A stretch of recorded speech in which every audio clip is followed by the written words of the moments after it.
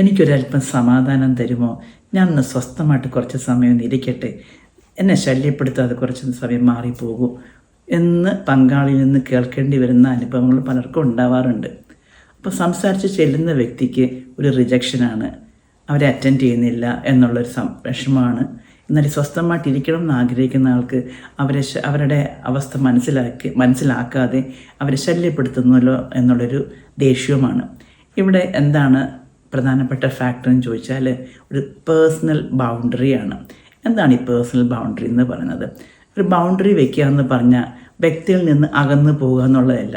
ചിലപ്പോൾ ഇങ്ങനെ പറയുമ്പോൾ മറ്റേ ആൾ വരും, ഞാൻ നിൻ്റെ അടുത്തേക്ക് വരുന്നേയില്ല, ഞാൻ മിണ്ടാനും സംസാരിക്കാനും വരുന്നേ ഇല്ല എന്നും പറഞ്ഞ് അങ്ങ് അകന്നു പോകാം. പക്ഷെ അങ്ങനെ ഡിസ്റ്റൻസ് ഇടുക, അകന്നു പോകുക എന്നുള്ളതല്ല.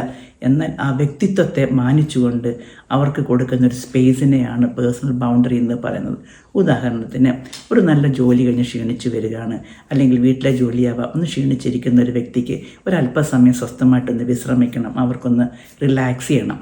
അപ്പോൾ പങ്കാളി സംസാരിച്ചുകൊണ്ട് ചെല്ലുമ്പോൾ അതിനുള്ളൊരു മാനസികാവസ്ഥയിലായിരിക്കുകയില്ല.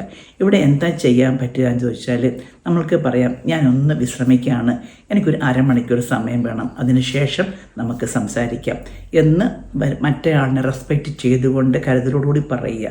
കേൾക്കുന്ന ആളും മറ്റേയാളിൻ്റെ ആ ഒരവസ്ഥ മനസ്സിലാക്കി ആ സ്പേസ് കൊടുക്കുക.